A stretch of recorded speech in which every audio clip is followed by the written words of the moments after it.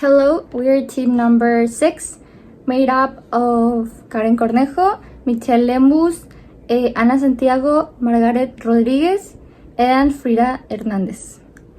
And today we're going to talk about the Mesozoic era and its 3 periods. The Mesozoic era, also known as the dinosaur, as the age of where the dinosaur appeared, spanned from approximately 252 million years ago to 66 million years ago. And it is divided in 3 periods, which are the Triassic period, the Jurassic period, and the Cretaceous period. These 3 periods made a huge transformation to the evolution in life and the environment of that period and that eras. This era is characterized by a huge radical change in the Earth biodiversity since when the mass extinction happened after the Paleozoic era. The planet experienced a huge change and renewal in its environment. Another important event of this era is the fragmentation of Pangaea, which gave rise to the continents we know today. This process influenced a lot in the climate change, the evolution of species, and the changes in habitats. This era ended with the fall of a meteorite, which led to the extinction of approximately 70% of the species in the world.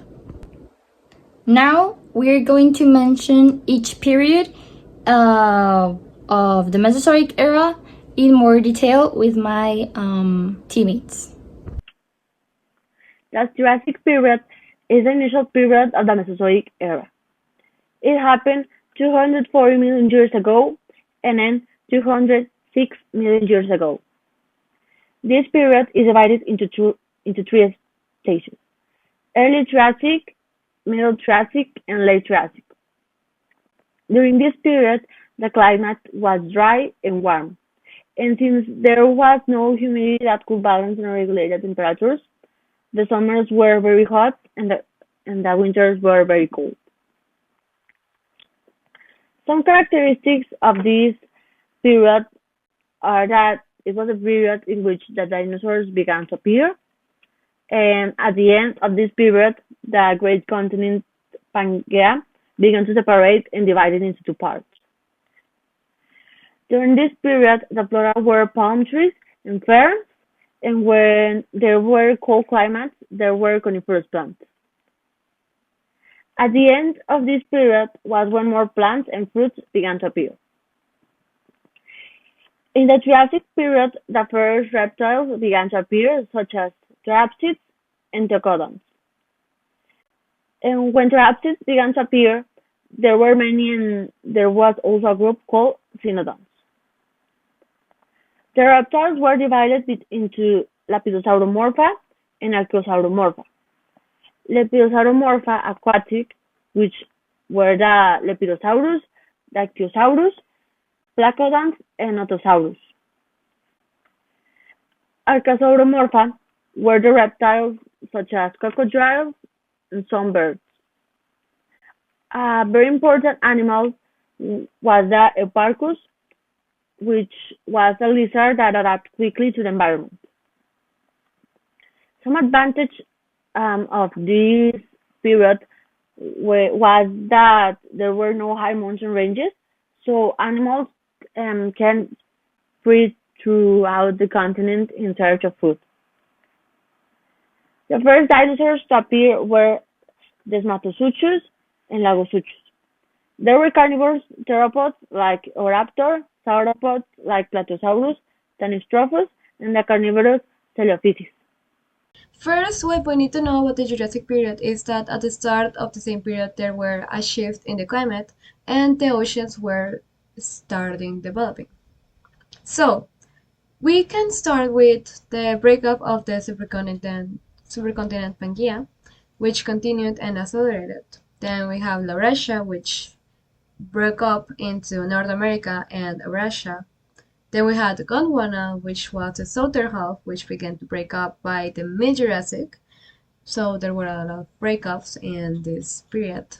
We have the eastern portion, which were Antarctica, Madagascar, India, and Australia, who split from the western half, which were Africa and South America. With this news, we also have that the oceans flooded onto the spaces in between, and the mountains rose onto the seafloor, which meant that they started pushing the sea levels higher and onto the continents. So, talking about the weather, we can say that the climate, which was previously hot and dry, started being humid and drippy with a subtropical feel. So, with that, we can inherit that the deserts were slowly taking on a greener hue, like the palm tree like cycads, which were abundant, as well as the conifers such as araucaria and pines. Ginkgos carpeted the mid to high northern latitudes, and podocarps, which were a type of conifer who was particularly successful south on the equator. The tree ferns were also present. So talking about the ocean, especially the newly formed shallow interior seas, they teemed with abundant life. At the top of the food chain were the long-necked and parrot-finned plesiosaurs, giant marine crocodiles, sharks and rays, fish like ichthyosaurus, and squid-like cephalopods. Also, there were cockroach ammonites, which were abundant, and coral reef grew into the warm waters, and sponges and snails and mollusks flourished. Microscopic free-floating plankton proliferated and may have turned parts of the ocean red. Then we have the dry animals, the ones that were on the land, which were the dinosaurs, who were making their mark in a big way. Literally, the plant-eating sauropod, Brachiosaurus, stood up to 52 feet tall and stretched some 80 feet long and weighed more than 80 tons. The Diplodocus, which was another sauropod, was 90 feet with 27 meters long. These dinosaurs' sheer size may have deterred attack from Allosaurus, a bulky meat-eating dinosaur that walked on two powerful legs. But the allosaurs and other fleet-footed carnivores such as the coelosaurs must have had occasional success. The Cretaceous period is the third and final period of the Mesozoic era, following the Jurassic procedure that of the Pangea period. Approximately this period of time will have a duration of 145 million to 66 million years ago, which it makes it the longest period of the Mesozoic era. Some characteristics that this era had was the Pangea, the flora and fauna diversion, and the dinosaurs. More specifically, talking about the Pangea is when the supercontinents separate in what nowadays is, because in that days it was only a supercontinent, but now it's separate. And the flora and fauna have different changes, like evolution in not only animals but also in their flora, like appearance more of plants, flowers, and in different areas, like their colors, their size, and many other characteristics. The flora, one example that I could give is the one of the birds, because they were first a small certified dinosaur, and then these have start to have different variations and changing in becoming more diverse in this, so it became a new species that thanks to that we now have what we know as a fish. Also, mammals, they start evolutioning and change their characteristics to nowadays. The last is the extinction of the dinosaurs. They think that it is extinct because of a volcanic eruption or a meteorite. Nowadays, It is not clear at all what happened, but it have both of them, the volcanic and the meteor. So yeah, that's all. Hello, I am Michelle Lemos, and I'm gonna compare the three periods of the Mesozoic era that are Triassic, Jurassic, and Cretaceous. So first we have the Triassic period, that is like an opening chapter in the history of the dinosaurs. It is a time of transition after a major extinction event that left Earth nearly empty. So during this period, the first dinosaurs begin to appear, but they weren't the giants that we think of from the Jurassic of Cretaceous or Cretaceous period. The aquatic reptiles also start to diversify, though they aren't as large or numerous as they will become later.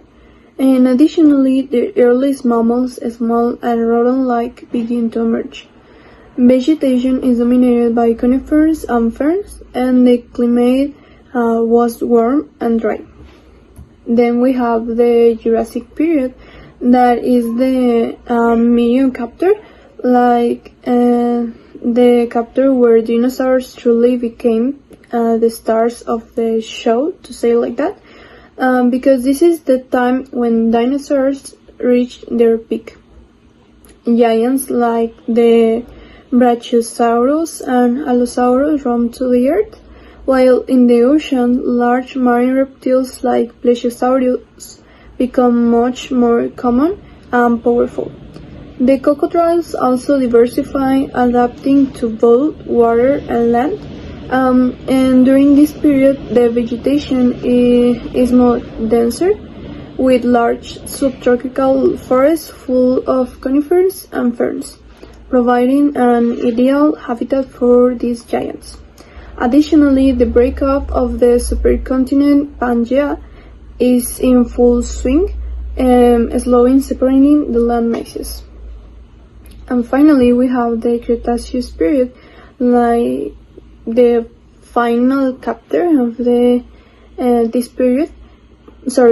era, because the most diverse the dinosaurs are still the rules of the earth, but there's also a major change in vegetation. So during this period, the flowering plants appear in large numbers, along with the pollinating insects that develop complex relations with them. The marine reptiles and dinosaurs remain impressive, but now share the stage with a greater diversity of life. At the end of the Cretaceous period, one of the most dramatic events in the Earth story occurs, that is the mass extinction that wipes out the large dinosaurs, like caused by a meteor impact and intense volcanic activity. This event marks the end of the dinosaurs and the ushers in a new chapter in the history of life on Earth.